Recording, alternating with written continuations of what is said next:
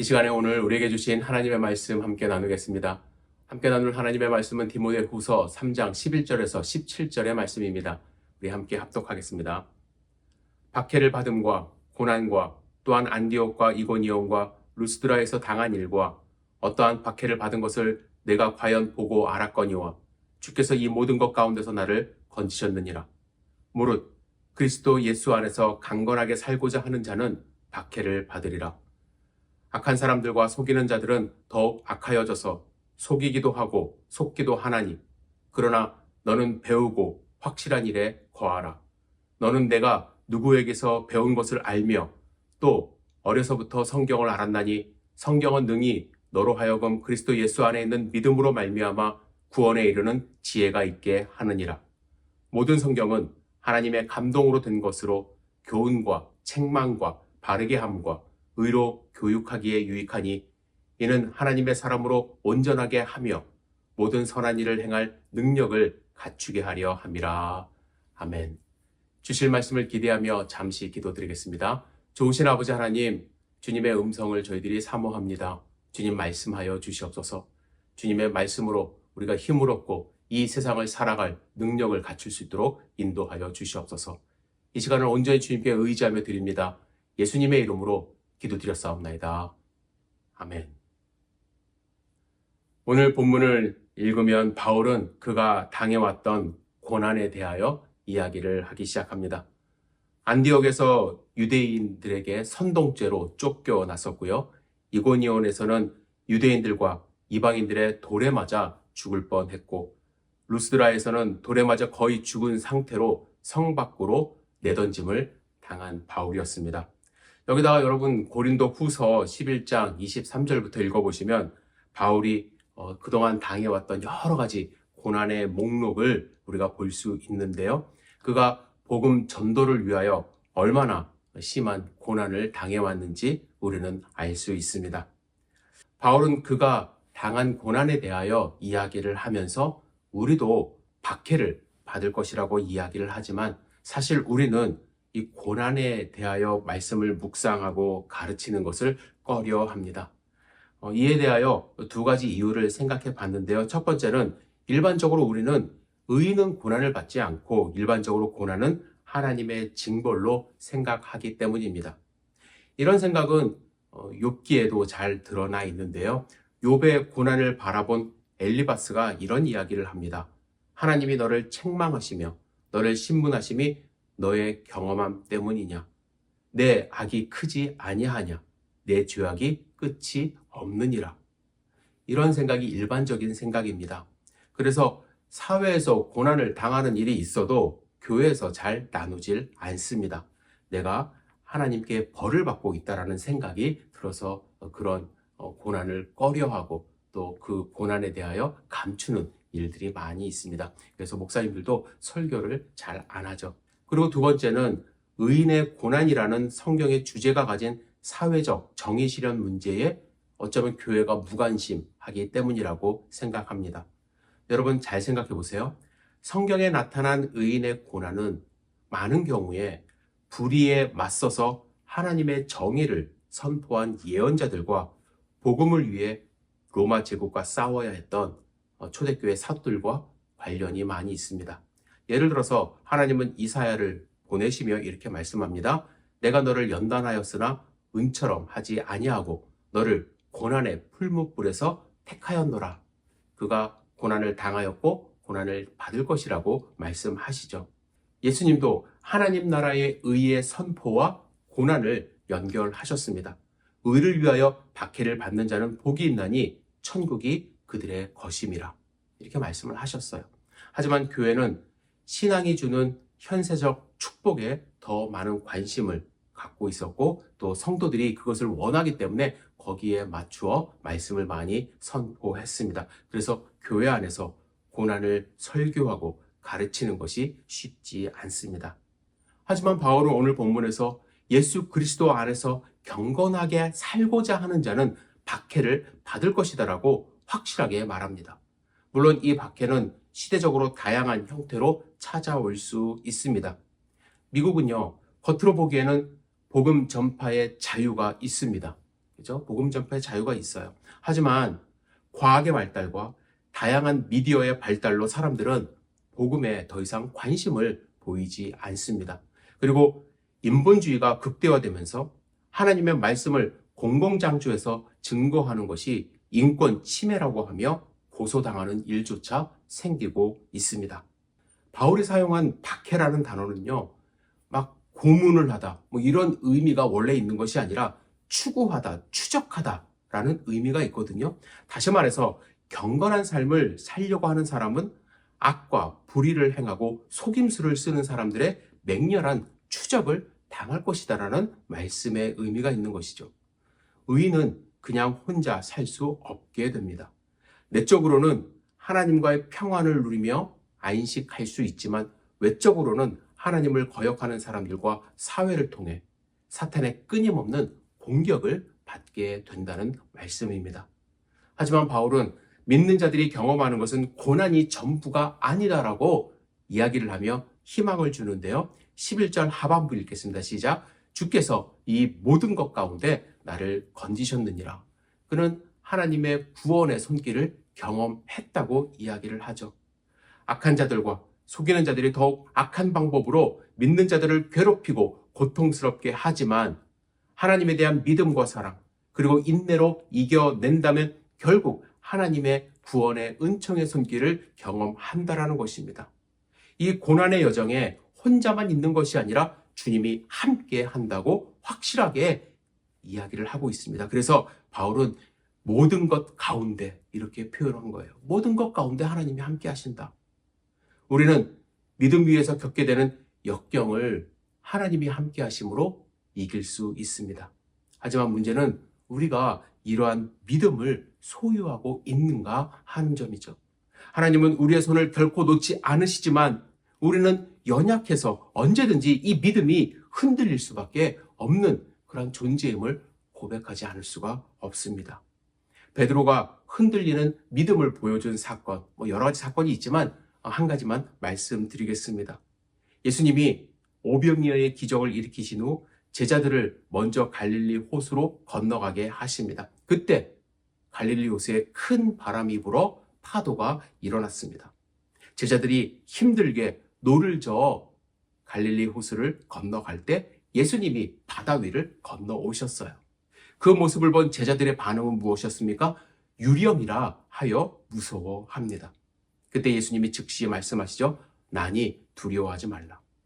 이에 베드로가 이렇게 말합니다. 주여 만일 주님이시거든 나를 명하사 물 위로 오라 하소서. 이에 예수님이 오라 명령하셨고 베드로는 배에서 내려 물 위로 걸어서 예수님께로 갑니다. 베드로는 물 위를 걷는 기적을 스스로 체험할 수 있었어요. 그런데 그 순간 그의 눈에는 예수님이 보이질 않았습니다. 그를 둘러싸고 있는 바람을 보기 시작한 것입니다. 그리고 무서워 물에 빠져들기 시작하는 것이죠. 베드로는 소리질러 주여 나를 구원하소서 외쳤고 예수님은 그를 구하시며 이렇게 말씀하십니다. 믿음이 작은 자여 왜 의심하였느냐. 많은 그리스도인들이 예수님을 바라보며 살아갑니다. 하지만 폭풍 속에서 바람이 거세질 때 예수님을 보지 못해요. 바람을 보면서 믿음이 흔들립니다. 그래서 물속에 빠지는 경험을 하게 됩니다. 여러분들은 그런 경험이 없으신지요? 바울은 디모데도 이러한 경험을 할 것임을 알았습니다. 나이도 어리고 다른 교훈을 전하는 악한 사람들이 계속해서 공격하고 있고 로마 황제도 믿는 자들을 잡아가두는 상황 속에서 디모데가 믿음으로 예수 그리스도만을 바라보지 못하고 높은 파도를 일으키는 바람을 바라보며 물속으로 빠져들 수 있다는 사실을 바울은 알고 있었습니다. 그래서 바울은 이어서 디모데에게 믿음이 흔들리지 않고 고난을 극복할 수 있는 방법을 알려줍니다. 14절 상반부만 우리 읽겠습니다. 시작. 그러나 너는 배우고 확신한 일에 거하라. 13절에서 바울은요, 악한 사람들과 속이는 자들은 더욱 악하여져서 속이기도 하고 속기도 한다 이렇게 이야기를 합니다. 하지만 높은 파도가 이렇게 불 것이고, 그죠? 바람이 세게 불 것임을 이야기를 한 거예요.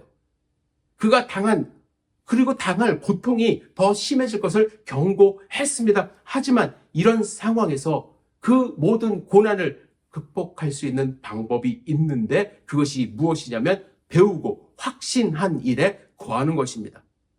여기서 말하는 그가 배우고 그가 확신한 일은 무엇일까요? 세상의 지식일까요? 아니죠. 그가 배운 것은 하나님의 말씀입니다. 하나님의 말씀을 배우고 확신한 일에 거하라 이야기를 해요. 배우다라는 단어는 만나노라는 단어로 사용이 되어서 이해하다, 알아내다라는 의미가 있습니다. 그리고 확신하다는 이 단어는 피스티코스라고 해서 납득하다라는 의미를 포함하고 있어요. 그래서 바울이 말하고자 하는 의미는 하나님의 말씀을 계속해서 배우고 이해하려고 힘쓰되 충분히 납득할 때까지 말씀을 연구하는 삶을 살라는 거예요. 대충 읽고 넘어가는 것이 아니라 하나님의 말씀을 내 것으로 만드는 것이 중요함을 강조하고 있습니다. 여기에 거하라 이렇게 이야기하지 않습니까? 거기는 계속해서 남아있으라는 거예요. 즉, 한번 해보고 중단하는 것이 아니라 지속적으로 배우고 확신한 일을 붙들고 삶을 살라고 경고하고 있는 것입니다. 이어서 바울은 디모데에게 왜 우리가 하나님의 말씀을 배우고 그 배움을 통해서 얻은 확신한 일에 지속적으로 거해야 되는지 이야기를 하죠. 두 가지만 말씀드릴게요. 첫 번째, 하나님의 말씀은 사람으로 구원에 이르는 지혜가 있게 하기 때문입니다. 15절 같이 읽을게요. 시작. 또 어려서부터 성경을 알았나니 성경은 능히 너로 하여금 그리스도 예수 안에서 믿음으로 말미암아 구원에 이르는 지혜가 있게 하느니라. 여기서 성경이라는 단어가 나오죠. 그래서 성경은 구약 성경만을 의미하는가 아니면 신약 성경의 일부 문헌을 포함하는가에 대한 논의가 있습니다. 근데 여러분, 이 바울이 이 편지를 쓸 때는 아직 신약 성경이 이 정경으로서 성경으로 받아들여지지 않을 때입니다. 따라서 여기서의 성경은 구약의 말씀을 의미해요. 그런데 왜 바울이 이 구약 성경이 구원에 이르는 지혜가 있다라고 말을 했을까요? 여기에 대한 의문을 가진 이단이 있었어요. 초대교회 마르시온이라고 하는데요. 이 이단은 뭐라고 강조했냐면 구약의 하나님은 율법의 하나님으로서 복수심에 가득 찬 전쟁과 심판의 하나님이다 라고 이야기를 하며 구약 무형론을 이야기를 한 이단이 있었습니다. 구원과 관련이 없다라고 말을 했어요. 지금도 어떤 이단들은 이렇게 주장하기도 합니다. 하지만 여러분 잘 아셔야 돼요. 구약 성경은 인간의 죄를 드러나게 하시는 그런 말씀이에요. 그래서 구약에 하나님의 심판이 계속 일어나는 거예요. 하나님이 악해서 사람들을 괴롭게 하기 위하여 심판하신 것이 아닙니다. 사람들이 악해서 하나님이 하나님의 말씀대로 살라고 심판을 하신 거예요. 그러나 구약에서 우리가 깨닫는 것은 무엇이냐면 결국에 우리는 율법이 아닌 중보자 예수 그리스도를 믿는 믿음을 통하여 구원을 받을 수밖에 없다라는 사실을 증명하는 것이 바로 구약 성경입니다. 디모데는 어릴 때부터 어머니 유니게와 외할머니 로이스를 통하여 하나님의 말씀을 배웠고 우리에게 하나님의 용서와 은혜가 필요하다라는 사실을 배웠다라는 것입니다. 그리고 바울을 통하여 예수님과 교회에 대하여 배우고 훈련받았죠. 그래서 구약의 이 말씀이 어떻게 예수 그리스도를 통하여 성취되었고 그래서 결국 우리가 율법이 아닌 믿음으로 구원을 받을 수 있게 되었는지에 대한 지혜를 그가 얻은 것입니다. 바울은 디모데가 지속적으로 이 구약의 말씀을 묵상하면서 이 구원의 지혜가 성장하기를 그는 바라며 편지를 쓰고 있는 것입니다. 두 번째, 성경은요, 우리가 왜 성경을 읽어야 되는가? 사람을 온전케 한다고 말씀합니다. 16절과 17절 다시 읽겠습니다. 시작.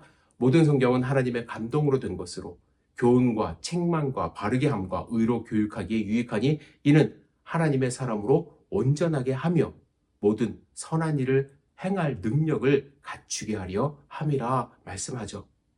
16절 말씀을 보시면 성경의 유익한 점 네 가지를 연이어 이야기를 합니다. 첫 번째, 교훈하기에 유익하대요. 교훈은 디다스칼로스라는 단어로 사용했는데 건전한 교리 혹은 복음의 진리를 의미하는 단어입니다. 성경은 하나님의 감동으로 된 것이기 때문에 여러분 딴 거보다도 하나님의 말씀은 이 성경을 열심히 읽고 그렇죠? 묵상을 할 때에 복음의 진리를 스스로 깨닫게 되고 그리고 건전한 교리 위에 믿음을 우리가 스스로 세울 수 있는 거예요. 그런데 보통의 경우에 사람들은 성경 그 자체를 열심히 읽고 묵상하기보다는 성경을 해석하고 적용한 신앙 서적을 읽기를 좋아합니다. 이게 편하거든요. 한국에서 미국도 많은 분들이 한국 분들이 보시긴 하는데 즐겨 찾는 큐티 이제 집이 있어요. 큐티 매달 나오는 2달에 한 번인가 나오는 큐티 책이 있는데 이 책의 내용 구조는 어떻게 되어 있냐면 본문을 한 면에다가 이렇게 적어 놓고 또 다른 한 면에다가는요 좋은 글들을 수록했습니다. 때로는 본문과 연관이 된 글들도 많이 있지만 때로는 별로 연관 없는 글들도 있어요. 이 책이 인기 있는 이유 여러분들 무엇이겠습니까? 하나님의 말씀을 스스로 읽고 묵상하고 내 것으로 만들기보다는 그 말씀 옆에 나와 있는 읽기 편한 글들을 읽으면서 나도 오늘 큐티했다라고 착각할 수 있게 만든다라는 거예요. 물론 신앙서적이나 그런 글들이 하나님의 말씀을 읽는데 어느 정도 도움을 줄 수 있지만 문제는요. 하나님의 말씀에 집중하지 않으면 많은 경우에 세상의 사상, 다른 사람의 생각, 철학, 거기에 오염이 된 글을 섭취하게 되고 하나님의 말씀을 제대로 파악하기도 전에 엉뚱한 생각에 이게 이런 글이구나, 이런 말씀이구나 그냥 사로잡히는 경우가 많이 있기 때문에 하나님의 말씀에 집중을 해야만 합니다. 제가 신학교에 다닐 때 교회사, 철치 히스토리 강의를 들었습니다. 교수님이 숙제를 내주시면서 강조하는 그러한 말이 있었어요. 오리지널 소스를 너희들이 봐야 한다. 오리지널 소스, 프라이머리 소스라고도 하는데 그 소스를 통하여 이 페이퍼를 작성하라고 몇 번을 강조하셨어요. 근데 여러분 이 교회사 역사에서 오리지널 소스 구하는 게 쉽지 않아요. 그리고 그거를 읽는다고 해서 옛날 영어거든요.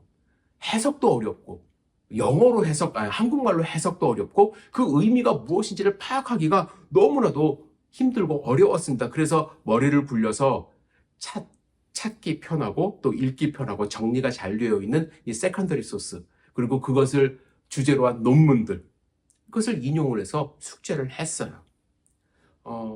성적이 잘 나올 리가 없죠. 선생님은 빨간 펜으로 여러 군데를 표시하시며 네 생각이 아니다.